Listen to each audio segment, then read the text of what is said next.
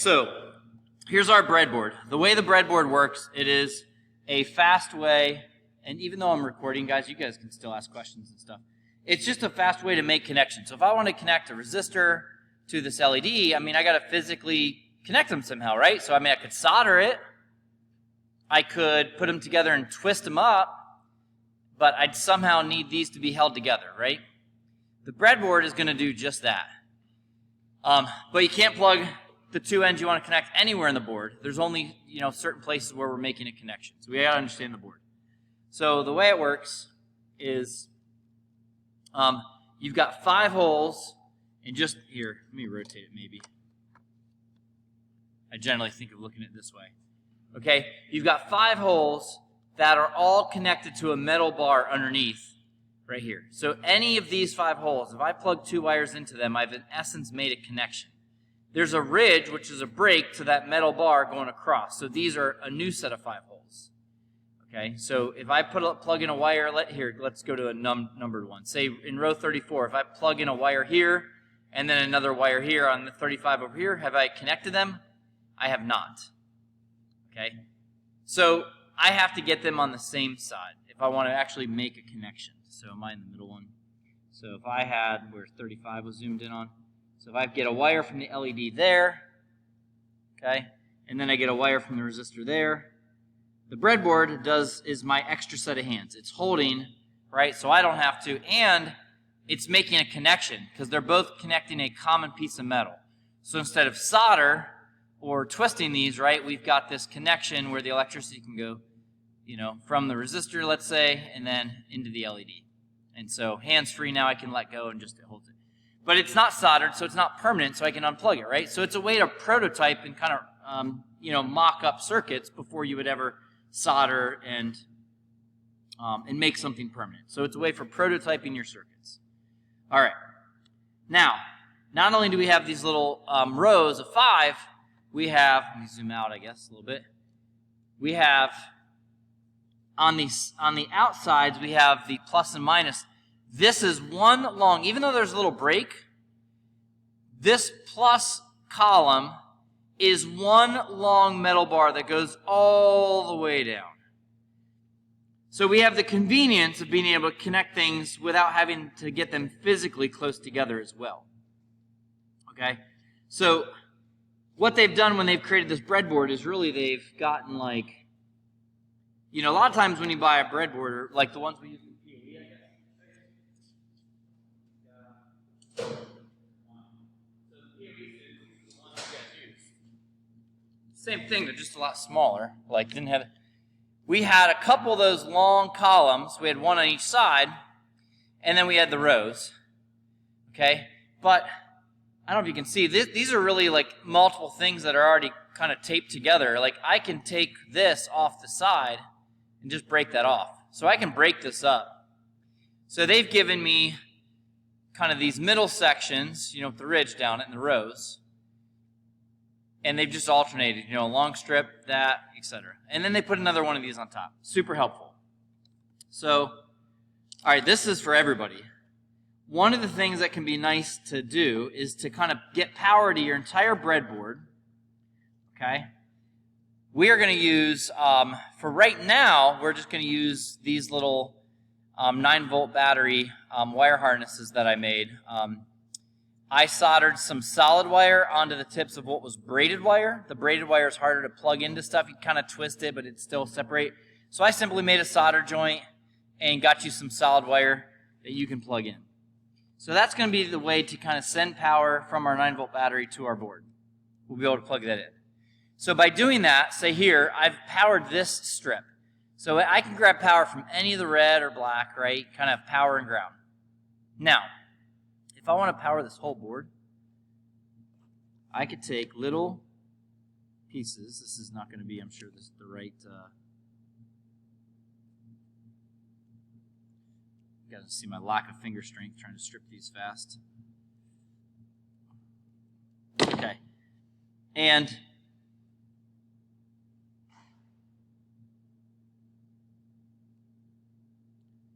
I would want these maybe a different length and neater, but I can get a wire to grab the positive, the red, from that top bar and bring it, okay, to this one. And then I can do the same thing. I know they've got blue on the breadboard. I don't know. If you want to use blue or black, it doesn't matter to me. I was going to use black. I know the breadboard's got red and blue already. So that's kind of just up to you, I guess. But I'm just going to do one of each so you see the idea. So it's going to take several of these for you. So I'm just making another small wire. So the wires I gave you weren't intended for this purpose. So I guess we'd want even more. So I'm just going to make that little kind of U and plug it in here and here.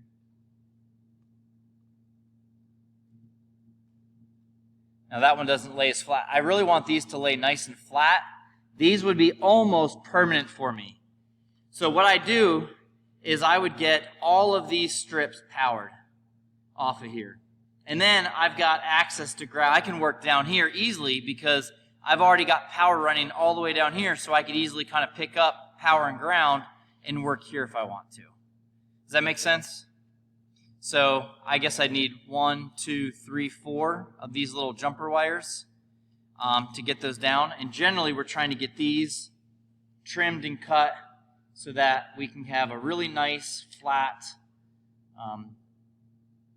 wire that's not sticking up and interfering with your breadboard. And I am not the person that has all the tips and tricks for how to, you got to like kind of measure almost and get the sheathing the right length. I had too much, and then I got to trim some of the metal off. So now I'm taking too much time, right? Just doing a little bit more just to kind of make the point that your goal would be to get these flat. And we're going to try to keep our breadboards pretty neat. But you could do that. So how many did I say? You need 4 sets, so 4 reds, 4 blacks. And then you can send power everywhere. Okay. So what I'm looking for is you to be able to build, let's say, a series circuit and a parallel circuit on your breadboard just to demonstrate that you kind of see how the breadboard works. And then we'll move on. So I should have power and ground right in here. I just sent power and ground to this strip. I know I didn't connect this one back, but I should be okay for what I'm doing. I can kind of work one way and come back. So electricity, remember kind of the actual flow is coming out the negative. So you think the electricity is flowing from the black wire, the negative. It's coming here, and through this little jumper wire. Now we gave it a path to come anywhere down here. The negative on the LED is the short wire. So I'm going to go ahead and just use the LED to grab power. And I got to bring it somewhere. I can't connect just to the ground. I mean, I could. Anybody know what's the problem if I connect the LED to power and ground right here, and I just make a very basic circuit that's just the battery and the LED, and that's it? What's the problem I'm going to have? Why is it going to break the LED? No resistor, too much flow, right? There's no resistance. The LED has almost no resistance. So Ohm's law, we've got 9 volts, virtually no resistance. We're going to get a lot of current, so much current this is going to burn out, break. So we want to add something else. So I'm going to connect the LED to one of these rows. There you go. And you may find that like the new breadboard's a little stiff. I don't know. And you see where it's plugged in? If I get it, change the angle, maybe there. That's easier to see, right? Than being straight overhead. Okay. So then I could use a resistor, which I've got this. I think I gave you guys all one that's orange, orange, brown. And I would just use this one for a basic series. And we can use the same one for a parallel circuit. And then, let's see, I got it the wrong. Okay, so now I'm giving electricity a path to go from the LED back to ground by picking it up, the electricity, think of it flowing and getting to here and hitting a dead end. Before the resistor was there was nowhere to plug in or for it to go. Kind of hit a dead end along that strip. There's nothing else there. By the resistor getting plugged in here, the electricity has a place to now connect to the LED. And then the resistor is a path to get it back to make a closed loop, closed circuit with the battery. So this right here being the ground, taking it back. Okay? Does that make sense? So if I wanted to do that's technically a series circuit. We have just two components, an LED and a resistor. Let's say I want to do a series circuit with two LEDs. So following kind of the flow of my electricity, the way I've been discussing, I want to use the short side of the LED to the long side here. So this time, I'll use a second LED to grab power from that strip and then take it to a new strip that's unused. I need to bend these so they're parallel so I can get them to go down. And it doesn't really matter which strip, I just need to pick one. Okay? So now electricity can get to, I guess that's row 39, and then this LED is allowing it to go from 39 to 36, and then it hits its dead end until the resistor comes in, and I'll plug that into 36. Okay, so now the electricity has a way to get to the resistor, and the resistor will take it back to the battery. There you go. So now I've got two LEDs, right? There you go. Okay. If I want to do a parallel circuit, then this might be an easier way to do it too. I'll show you. Parallel circuit, let's think I want these LEDs to be in parallel with each other. I think I'm going to use the resistor this time on the negative and bring it to a row.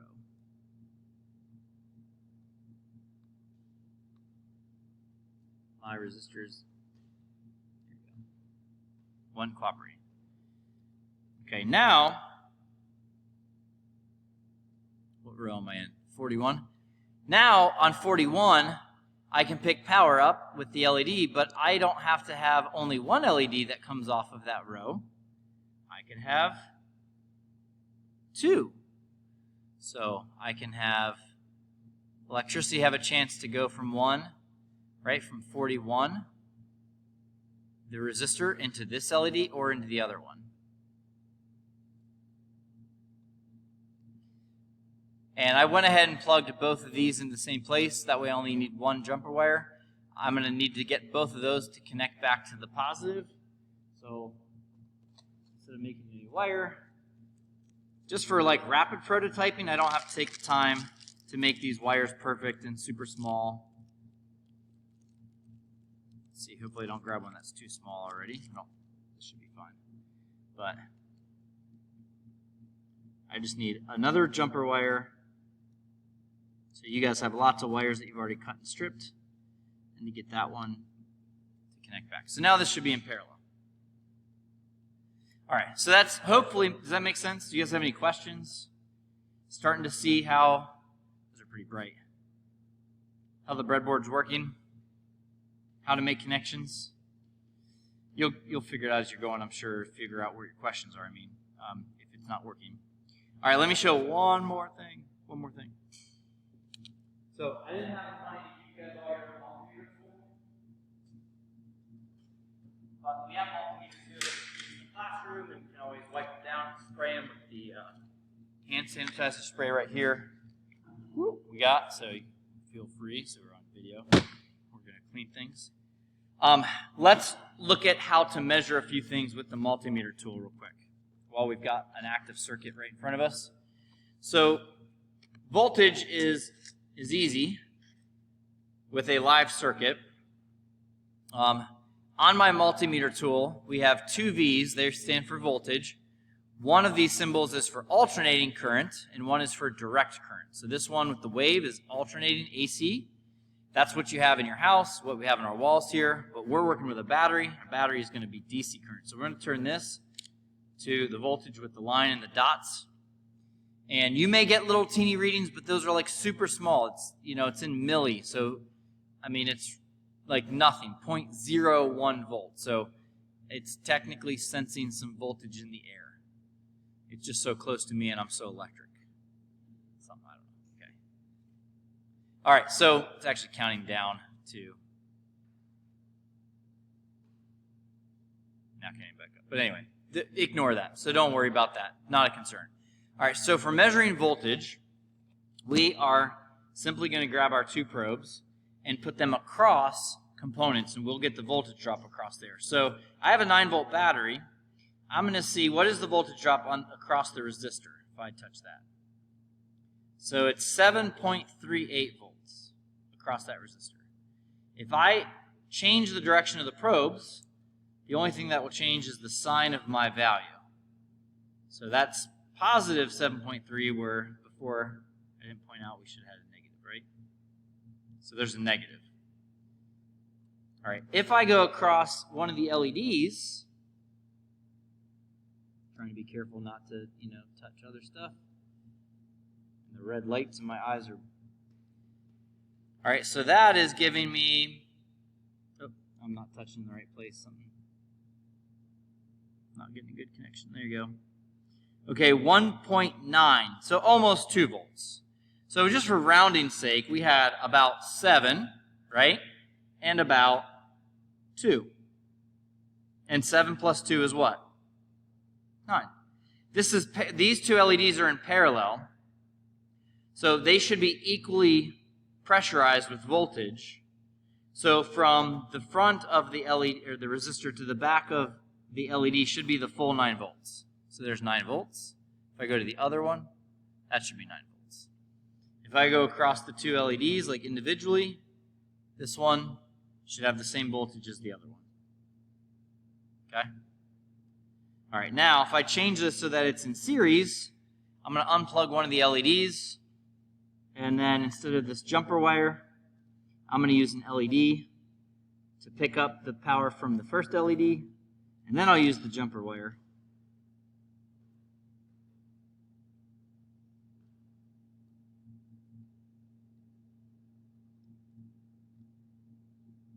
All right, with voltage, you should see that our voltage drop across things should be affected. So now we have the total of 9 volts should be through 3 things, not 2 things. So this is going to be different than it was before. So now it's only 5.3. So we got 5 of the 9 volts being used across the resistor, and then the first LED is about 2, and then this one should be about 2 as well. So anyway, here's the key summary. I am touching the leads here to a live circuit. I haven't unplugged anything. It's live, it's active, it's doing what I want. And I have my tool in DC voltage, and I just come along and take a measurement.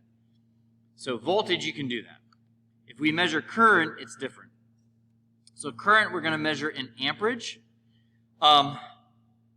So the rule is basically what this tool allows current to flow through it. Let's pretend we don't know that we're working with a small amount of current. Okay, so if you had no idea what you might get, there are 3 different amperage modes here. Amps, milliamps, microamps. We would want the tool to brace itself for getting hit with a lot of current if we weren't sure how much we were going to get. Okay, if you put it on a small unit, basically the tool itself is being sensitive, and then if you hit it with a lot of current, you could kind of hurt the tool.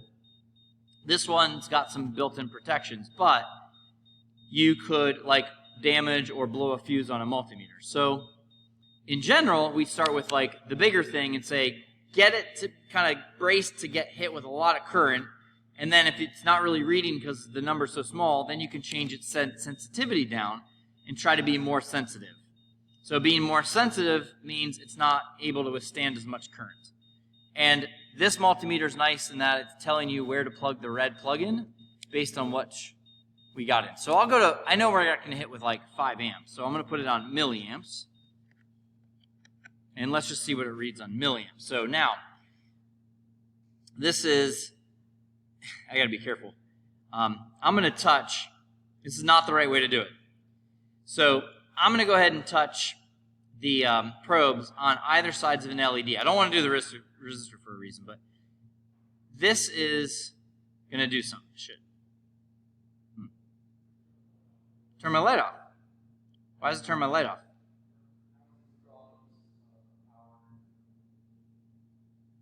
So the multimeter, when it is in the mode to measure current, it actually allows the electricity to flow through the inside of the tool, where in voltage it doesn't.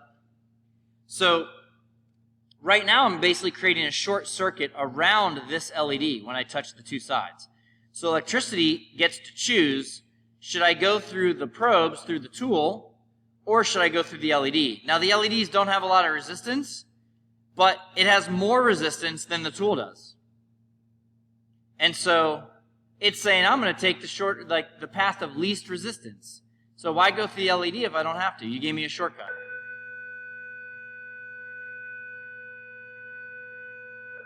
That's a long tone. All right, so that's, I guess, where we're at for lunch. Hit pause. Okay, so picking right back up, this is where I was. I get a reading. It's in milliamps, so it's like 21 point, I don't know, 4 milliamps. It looks like I'm getting current. But that number is probably a little off because I created a short along this path to measure it, where the electricity did not have to go through all three of these things. It only had to go through a resistor and one LED. The correct way to measure current is to break your circuit. Okay? So disconnect something. All right? So in essence, I've disconnected the resistor from that LED, right?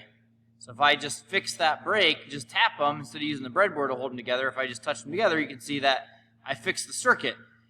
The break is where we're going to connect the probes. So instead of connecting them directly, we're going to use the two probes to connect them and kind of bridge the gap. Now, all the current has to flow through this LED where before it got to go around it. So let's see if we get maybe a little less flow. Yeah, so in milliamps we were at 21, right? Now we're at 15 milliamps because the electricity's got to go through all that. So generally we break the circuit, okay, and then repair the circuit with the multimeter tool. And then if you want to measure resistance, ohms, see the omega here? You can turn your multimeter to that. I have to move this. These are nice that I have that show you where to plug that in. And then you need no power on the circuit. You need to have the power removed. So you could even just disconnect the component if I want to measure how much resistance is there. If I want the breadboard to just hold it for me, I could do that, I guess, just somewhere. But I wanted to measure what is the actual resistance of this resistor, not the nominal resistance, with power disconnected, and I'm giving myself a little bit of patience to let it adjust. It has to kind of find the right range. Oh, there you go. It's about 330. There you go. Nominally, the orange-brown is 330 ohms. So it's flickering around that a little bit, but there you go. Cool? So resistance, power's off on both sides. Voltage, power's on, circuit's working, everything's where it should be. And you're getting a pressure measurement around the components. Once you get these things bent, then it's a little harder to... So voltage, I'm on, touch on both sides. And then current, if you're ever unsure, start big and work your way down in terms of the size. And then break the circuit. Fix the circuit with the tool, get your measurement. Okay? So there you go. Any questions about maybe the basics of using a multimeter or a breadboard? Feel like you understand it? So what I would, I don't know that we've got the same resistors and we really want to see the LEDs turn on and off, so I'm not going to stress about going back to the 1.5 circuits for activity C and doing the exact values. I mean, we could if we found, I don't know, I think I gave you all those. You kind of could, but I'm okay with us just making sure we know how to use a breadboard. Basically, see if you can build a basic series and parallel circuit. Get your lights to turn on. You can borrow a multimeter, see if you feel comfortable measuring things, etc. While I've got this out, though, and we're in this recording, just to, I guess, make one more thing, or maybe a couple more things make sense on the breadboard. Okay, these ICs that we're going to be using, the ridge down the middle is really actually designed for these ICs to nest right across the middle ridge. And remember, these 5 pins, on the left side versus the 5 on the right side, they're disconnected. So when you align a chip this way, every pin has its own row where it's not connected to another pin.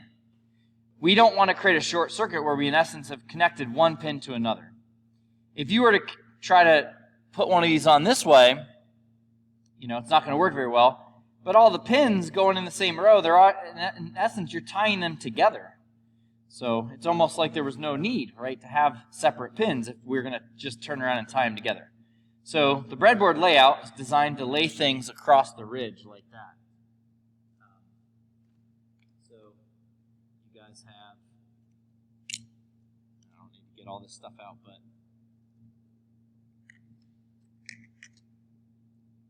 we've got buttons. Right? They fit across there nicely. We've got these switches I gave you. Okay, they fit across nicely. So we can have a circuit coming to a switch and then continue the circuit on the other side of the switch, where the switch is the ability to open and close that circuit. So hopefully that makes a little more sense too, seeing that. Let me cap these guys before I spill everything. And then, all right, one other thing. I'm going to say one more thing like a bunch of times.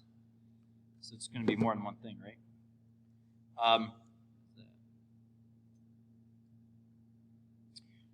Our breadboard companion. So the way these are going to, when these get built, the way this is going to connect is going to be, you really only have one strip of pins. Again, we don't want to tie them together. So we wouldn't want them to go in one of these long strips, because if you do that, you've tied them all together. If they're going to do that, they might as well have wired this in a way that we just have one pin, right? So they are going to go into the sets of 5, but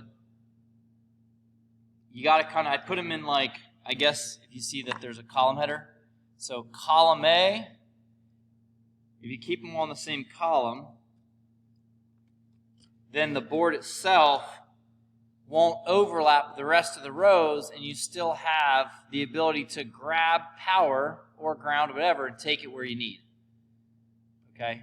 And then we have little labels, in terms, this is like getting voltage, but it's getting voltage from switch 1. So we've got ports, basically pins, that we can grab voltage from, but that voltage has already gone through a switch, so we have a built-in switch to our breadboard companion.